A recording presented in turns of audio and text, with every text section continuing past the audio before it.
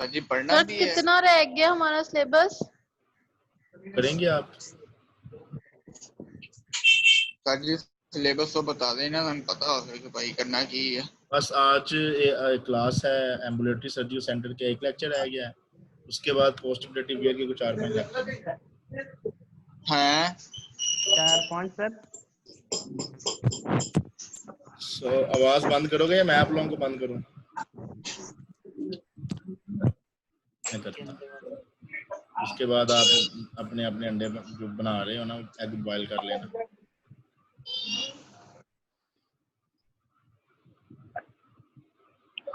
जी क्या है, आप लोग फिर अभी इधर हैं? हाँ जी, alternative sites where surgery is perform. Ambulatory surgical center में कुछ हमारे पास मोबाइल सेटिंग्स होती हैं, जिसमें हम लोग ऐसी जो है ना वो जगहों पे सर्जिकल सेंटर बना सकते हैं जहाँ पे हमें इमरजेंसी जो है ना उसकी जरूरत पड़ सकती है। आज हम लोग ये बहुत लंबा लेक्चर है, कुछ इसको हाफ डिस्कस कर लेंगे। जब हम लोग वो जगह डिस्कस करेंगे या वो सेटिंग्स डिस्कस करेंगे जिसमें हम लोग एक ऐसा एम्बुलेटरी एक ऐसा सेंटर बनाएंगे, एक ऐसा सर्जरी सेंटर बनाएंगे जो आप मोबाइल होगा, जो एक जगह से दूसरी जगह जा सकता है, या किसको आप टेम्पररी तौर पे डिज़ाइन कर सकते हैं और टेम्पररी तौर पे उसको डिज़ाइन करने के बाद जब हालात ठीक होंगे आप उसको मूव करा सकते हैं। ठीक है। आजकल आप लोगों ने अक्सर देखा होगा एक बस भी होती है, चलता फिरता हॉस्पिटल उसका नाम है, तो उसमें भी काफ़ी ज़्यादा कह लेंगे मेडिकल फैसिलिटीज़ जो है ना, इमरजेंसी ऑपरेशन थिएटर की फैसिलिटीज़ जो है। सबसे पहले इसमें हम लोग डिस्कस करेंगे मोबाइल आर्मी मिलिट्री। अब मिलिट्री जो है ना हॉस्पिटल जो है ना मोस्टली ये कुछ तो फिक्स होते हैं, कुछ मोबाइल भी होते हैं जो एक जगह दूसरी जगह वक्त के लिहाज से चेंज होते रहते हैं। तो military medical personnel can be categorized as active duty या रिजर्व्स। जो मिलिट्री के लोग हैं उनको हम लोग एक्टिव ड्यूटी भी जिनकी होती है, रिजर्व्स भी होते हैं, जिनके पास होते हैं। Several branches of military service personnel operate hospitals in the time of a war. जंग के दिनों में फिर वहां पर हम लोग एक अपना हॉस्पिटल तैयार कर सकते हैं जहाँ पे जंग हो रही है, बजाय इसके कि जो वुंडेड लोग हैं, जख्मी लोग हैं, उनको उठाकर आप वहां से शहर शिफ्ट करते रहें।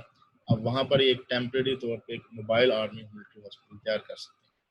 एक्टिव ड्यूटी पर्सनल वो जो ऑन ड्यूटी होता है can be stationed in their homeland और abroad for a particular tour of duty. वहाँ पे उसको जो है ना उस अपने मुल्क में या उस जहाँ भी उसने ये जंग चल रही है वहाँ पे उसको भेजा गया है, तो वहाँ पे उसको असाइन किया जा सकता है, वहाँ पे उसको ड्यूटी दी जा सकती है, स्टेशन किया जा सकता है। Wherever they are located, जहाँ पर भी उनको रखा जाता है, there are medical facilities for the care and health maintenance of the troops in the times of peace and war. जहाँ पर भी उनको भेजा जाता है उनके लिए मेडिकल फैसिलिटीज होनी चाहिए, सारा कुछ होना चाहिए उनकी केयर के लिए।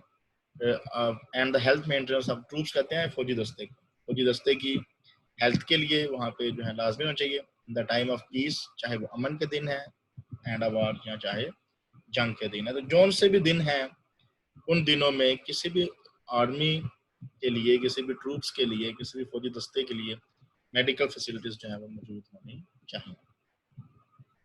Additional service structures such as laboratory, radiology, pharmacy units are set up as well. चीजें बनानी चाहिए। Nurses and other medical support personnel are deployed to duty area in the same manner, regardless of active duty or reserve status. Nurses होनी चाहिए वहाँ पे, medical support वाले doctors होने चाहिए, उनको वहाँ पे डिप्लॉय करना चाहिए।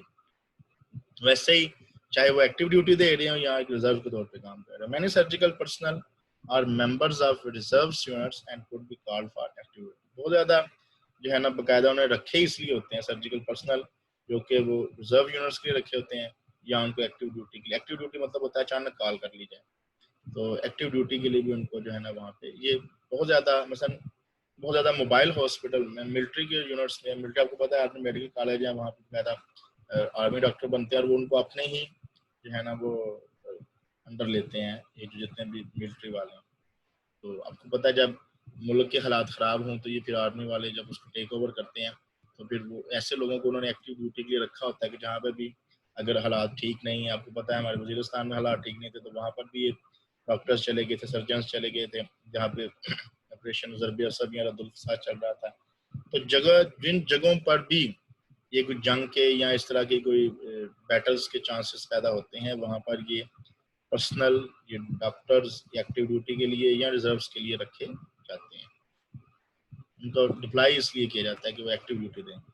A reservist who are called active duty for any augmentation or supporting role first go through mobilization activities to prepare for development. ये उनके है, उनकी प्रिपरेशन है कि उनको पहले कौन कौन से प्रोसीजर से गुजारा जाता है ताकि वो हम उनको असाइन किया जा सके.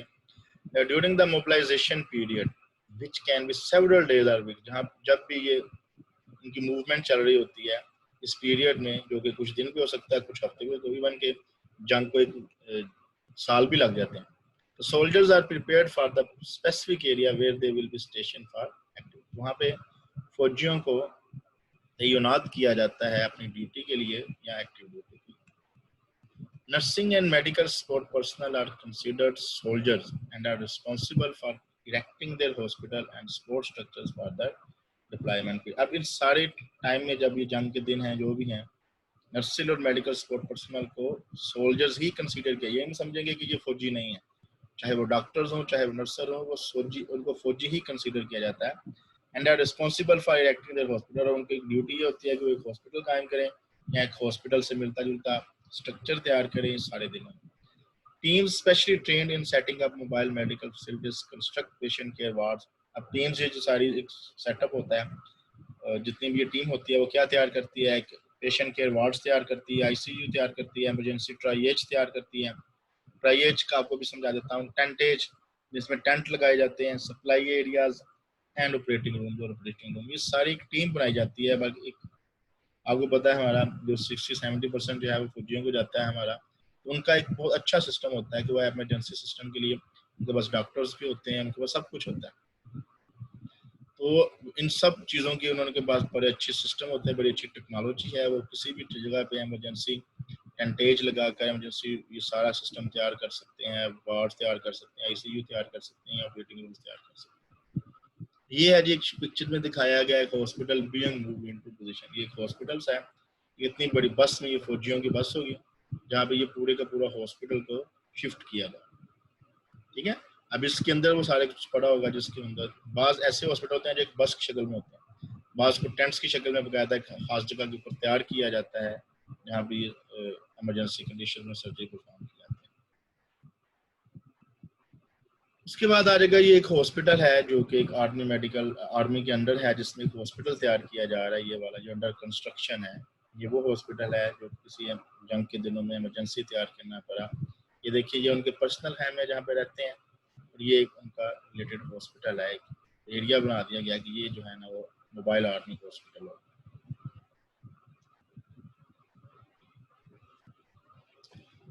ये वो सारा काम दिखाया, टीम वर्क सेटअप, सारे मिलके ये एक हॉस्पिटल तैयार कर रहे हैं टेंटों की मदद से या जो भी है. ये हम इनकी टाइप्स पढ़ेंगे अभी डिटेल से, ये कैसे तैयार करते हैं. अभी जस्ट एक आपको ओवरव्यू या इंट्रोडक्शन दिया जा रहा है मोबाइल आर्मी हॉस्पिटल्स कैसे होते हैं. उसके बाद आते हैं डिप्लॉयबल मेडिकल सिस्टम. एक ऐसे सिस्टम जो कि इमरजेंसी तैयार किए जाते हैं, जिसको डेप्थ मेड्स भी कहते हैं. Deployable medical system developed in 1980s are essential mobile hospital units. One type of combat sports hospital is CH कहते हैं, CSH, combat sport hospital, consist of special tents known as temper. एक special tents की मदद से ये तैयार किए जाते हैं, इनको temper कहते हैं, temper tents भी कहते हैं.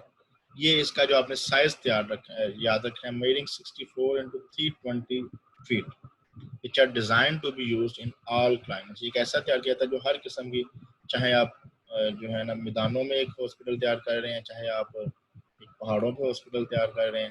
तो ये डिप्लॉयबल मेडिकल सिस्टम है, जो कह लें कि एक ऑर्गेनाइजेशन है जो कि ऐसे हॉस्पिटल तैयार करती है. They are used in combination with large rooms designed to be operating rooms or laboratories fashioned from fold out aluminium box rooms referred to as the International Standard Operation Containers. यानी कि वो मिलके एक बड़े बड़े कमरे तैयार करते हैं जिनको ऑपरेटिंग रूम का दर्जा दिया जाता है, एक लेबोरेटरीज तैयार करते हैं जो एल्यूमिनियम की बनी होती हैं वगैरह वगैरह, जो कि इंटरनेशनल स्टैंडर्ड पे पूरा उतरते हैं. द ISO इंटरनेशनल स्टैंडर्ड से कहते हैं operators and tentage are transported to the site by helicopters. आर जितने भी ISOs होते हैं या टेंटेज होते हैं, इनको वहाँ पे ट्रांसपोर्ट किया जाता है हेलीकॉप्टर की मदद से या बड़े बड़े ट्रक्स की मदद से. Chemically protected types of ISOs and tampers are used in the areas where nuclear, chemical or biological terrorism threat exists. अब ये वो कहता है कि ये जो ऐसे भी हम लोग टेम्पर्स या टेंट्स तैयार करते हैं, आईएसओ तैयार करते हैं जहाँ पे केमिकली प्रोटेक्टेड हो। केमिकल प्रोटेक्टेड मतलब हमको किसी केमिकल का असर ना हो, ऐसे हम टेंट तैयार करते हैं। क्यों? ये उन जगहों के लिए बहुत जरूरी है जहाँ पे न्यूक्लियर केमिकल या बायोलॉजिकल टेररिज्म जो है ना वो एग्जिस्ट करती है। वैसे अभी आपको एक मिसाल देता हूँ कि कोरोना के दिन थे, तो वहाँ पे तफ्तान के बॉर्डर पे उन्होंने वो एक जो है वो टेंट से तैयार किए, एक उन्होंने आरजी बनाया, क्वारंटीना सेंटर बनाया, क्वारंटाइन सेंटर बनाया। वहाँ पे वो सारी ऐसी चीज़ें उन्होंने तैयार करनी चाहिए जो कि केमिकली प्रोटेक्टेड हों, जहाँ पे हमको चांसेस हैं कि हम लोग तो इसको यही कंसीडर करेंगे ना बायोलॉजिकल टेररिज्म, चाहे वो एक हम क्योंकि वो एक बाहर वाले बॉर्डर से आ रहा है, चाहे वो एक कुदरत की तरफ से अजाब है, हम लोग उससे बचने के लिए एक उससे केमिकली प्रोटेक्टेड जो है ना क्वारंटाइन सेंटर जो है ना वो तैयार करना चाहिए, लेकिन ऐसा हुआ नहीं। Some of the ISOs open out to create a protected environment double or triple its size. कुछ कहते हैं ISOs खुल जाते हैं ताकि वो ज्यादा जगह घेर सके और ज्यादा कह लें डबल और ट्रिपल साइज का भी वो जो है ना सिस्टम तैयार कर सके। ISOs are used to create environments for laboratory, radiology, pharmacy, sterile processing and ये सारी चीज़ों के लिए कह लें कि ISOs बनाए जाते हैं। टेम्पर टेंट्स बनाए जाते हैं हाउस पेशेंट्स और एक्सिलरी वर्क एरियाज के लिए, यानी कि हम लोग ये हाउस पेशेंट्स मतलब ये है कि जो पोस्ट ऑपरेटिव केयर जिनको चाहिए इनके लिए हम लोग टेम्पर टेंट्स बना सकते हैं। Some temp pads facilities can house up to 1000 hospital beds. ये जो टेम्प मेड्स हमने पढ़ा है अभी ये 1000 हॉस्पिटल बेड, यानी कि ये सारी ऑर्गेनाइजेशन है जो कि इसको तैयार करेगी 1000 हॉस्पिटल का बेड तक। 1000 बेड तक हॉस्पिटल बहुत बड़ा hospital. The grounds on which that mobile DAPMEDS hospital is built are surveyed and cleared for hazards. यानी कि जब आप इसको तैयार करने लगते हैं तो यहाँ पे जो है ना एक ऑपरेशन थिएटर टेक्नोलॉजिस्ट की जरूरत पड़ती है। ऐसे तो पहले तो ऑर्गेनाइजेशन है, लेकिन अब ऑपरेशन थिएटर टेक्नोलॉजिस्ट आप लोगों को पता है कि कौन सी जमीन, कौन सा एरिया, कौन सी ग्राउंड जो है सूटेबल है एक ऑपरेशन थिएटर के लिए। ठीक है, तो वहाँ पे एक ऑपरेशन थिएटर टेक्नोलॉजिस्ट या उसकी टीम जो है वो सर्वे करेगी और उसको बताएगी कि ये जगह जो है वो हैजर्ड से, नुकसानात से, जंगली नुकसानात से या केमिकल नुकसानात से या कीड़े मकोड़ों से, ये सब चीज़ों को वो वहाँ पे उसका तजिया करके बताएगी कि ये चीज़ें इस लिहाज से फ्री हैं। Some dangers to look for unexpected landmines. आप ऐसा ना करें कि आप जो है ना वो पहाड़ों के नज़दीक बना रहे हैं उसमें जो है ना वो जो काने हैं वो फट जाएं। अनएक्सप्लोर्ड लैंडमाइंस होना चाहिए। पॉइजनस प्लांट्स, कोई ऐसा जहरीला पौधा, जैसे आपको फंगस का पता है कि फंगस ऐसी है जिसको हम खाने से फौरन उसकी डेथ एंजल कहते हैं, फौरन डेथ हो जाती है। तो पॉइजनस प्लांट्स का पता होना चाहिए, खतरनाक एनिमल्स का, डिजीज कैरिंग इंसेक्ट्स का and human made booby traps, या कोई इंसानों की फजलाजात का। ये सब वो चीज़ें हैं जिनके नुकसान हो सकते हैं। तो एक टीम तैयार करनी चाहिए जो कि पहले इन नुकसानात का, इन डेंजर्स का पहले जायजा ले ताकि वहाँ पे snipers are always a threat until the perimeter is secure. Snipers क्या होते हैं? ये खास किस्म का है जो कि हर वक्त किसी वक्त जो है ना खतरा पैदा कर सकता है। अब जब तक वो सारा सिक्योर जो है आपका और सारा पेरीमीटर जो आपका सिक्योर नहीं हो जाता तब तक कह लें कि उसका खतरा मौजूद रहता है। Specialized administrative team inspects the grounds and marks of each site for the layout to the set inch. कहते हैं टीम एडमिनिस्ट्रेटिव टीम तैयार करनी चाहिए। ज़ाहिर है उसमें अगर आपको पढ़ाया जा रहा है तो आप उसमें शामिल होंगे। उन ग्राउंड्स का मायना करेगी और मार्क करेगी हर जगह को for the layout to the exact inch, एक एक इंच तक उसको वो चेक करेगी। Desert area subject to land sandstorm, जैसे आपको पता है अगर आप उसको सहराओं में बनाना चाहेंगे तो आपको चांस है कि वहाँ पे सैंडस्टॉर्म आ सकते हैं और आपका वो सारा डेप्थ सिस्टम जो डिप्लॉयबल सिस्टम है वो उसको खराब कर सकता है। तो उससे भी बचना चाहिए। बारिश का पानी, rain water and mud can cause dramatic shifts. The team checks the ISOs daily for any shift panels with the level wise. अब वो कहता है कि बारिश का पानी या मिट्टी जो है वो भी आपके जितना भी काम आपने किया हुआ है उसको खराब कर सकती है। Delicate equipment such as scanners does not work correctly on uneven ground. अब स्कैनर वगैरह के लिए बड़ी इवन ग्राउंड चाहिए।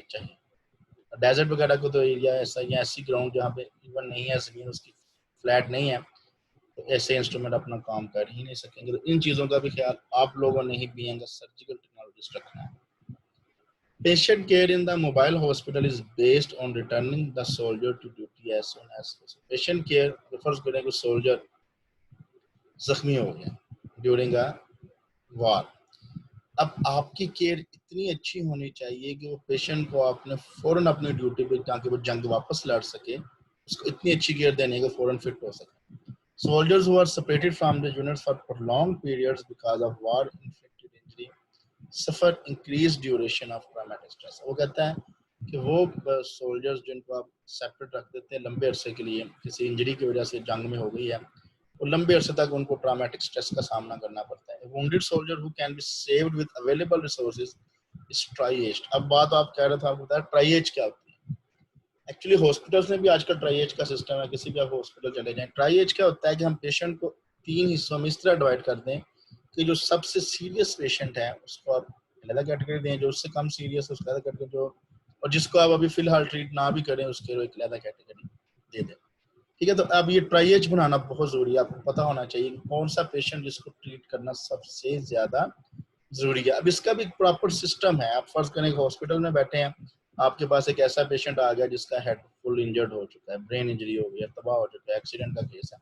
एक ऐसा पेशेंट आ गया जिसके पेट में चाकू लगा है, और यहाँ एक ऐसा केस आ गया जिसमें अभी पेशेंट को जो सर पे या पांव पे चोट लगी, किसी भी बॉडी में चोट लगी। अब ऐसे केसेस में ट्राइएज में आप किस पेशेंट को सबसे पहले प्रायोरिटी देंगे, वो केस होगा एक तो वो है कि जो इमरजेंसी हो और जिसको आप पता होगा आप इसको बचा सकते हैं। अब हेड इंजरी हो गई है, उसका दिमाग खुल के बाहर आ गया, तो आप उस पेशेंट को बेशक उसको कंसिडरेशन देंगे, उसको ट्रीट करेंगे, लेकिन उसको आप सबसे पहले चेक नहीं करेंगे। बिकॉज एक ट्राइएज सिस्टम में आपने उस पेशेंट को सबसे पहले चेक करना है, या यही जंग के दिनों में भी हमने उस पेशेंट को सबसे पहले ट्रीट करना है जो कि पेशेंट जिसको आप बचा सके, जिसकी जिंदगी बचा सके। ठीक है, या जिसको क्योर होने के चांस जल्दी हों। पता है कि भाई इस पेशेंट को अगर बॉडी का ये ऑर्गन कट गया है तो इसको आप फौरन ट्रीट करेंगे तो ये बच सकता है इसका ऑर्गन, या उसका कोई टांग कटी है, उसकी उंगली कट गई है, उसका चोट इन्फेक्शन लग गई है, तो आप उसे फौरन बचा सकते हैं, तो आप उसको पहले ट्रीट करेंगे, आगे उस पेशेंट को जिसको पता है कि अगर मैंने इसको ट्रीट किया भी तो इसने बचना नहीं है। तो इसलिए एक ट्राइएज सिस्टम बनाया जाता है जिसमें इन 3 हिस्सों में उसको, ट्राई का मतलब 3 हिस्सों में उसको कन्वर्ट किया जाता है। ये दिखाया गया है टेंट्स, यहाँ पे ग्राउंड भी आप देख सकते हैं, इवन ग्राउंड है। इसके अलावा इसके अंदर नीचे भी हम लोग पीवीसी जो है ना वो लाजमी डालेंगे, ताकि जरासीम से जो है ना वो इन्फेक्शन से चांसेस जो है पेशेंट के लिए कम से कम हो सके। ये देखें एक मुख्तलिफ लंबा हॉस्पिटल का बेड तैयार है। इसका फर्श देखें, फर्श बड़ा अच्छा है। ऊपर इसके देखेंगे वो सिस्टम नहीं है जो कि हम लोग वो जो है ना ट्रिप स्टैंड लगाते रहे। ये बड़ा अच्छा सिस्टम तैयार किया गया है, डिप्लायबल मेडिकल सिस्टम है, डेपमेट जिसे कहते हैं, टेबल बेड बड़े हुए हैं। एक मोबाइल आर्मी हॉस्पिटल कहने ये तैयार किया गया। ये ISO है, एक कंटेनर सा होगा, इसके अंदर सारी वो मेडिकल फैसिलिटीज सारा मौजूद होंगी, रेडियोलॉजी से लेके लेबोरेटरी से लेके ऑपरेशन थिएटर से लेके सब कुछ मौजूद होगा। ये भी दिखाया गया ISO, ये भी ISO के अंदरूनी दिखाया गया। ठीक है, चलें जी, ये अब आज के लिए इतना ही काफ़ी है। बाकी जो है ना वो हम लोग जो है ना वो कल करेंगे। Any question?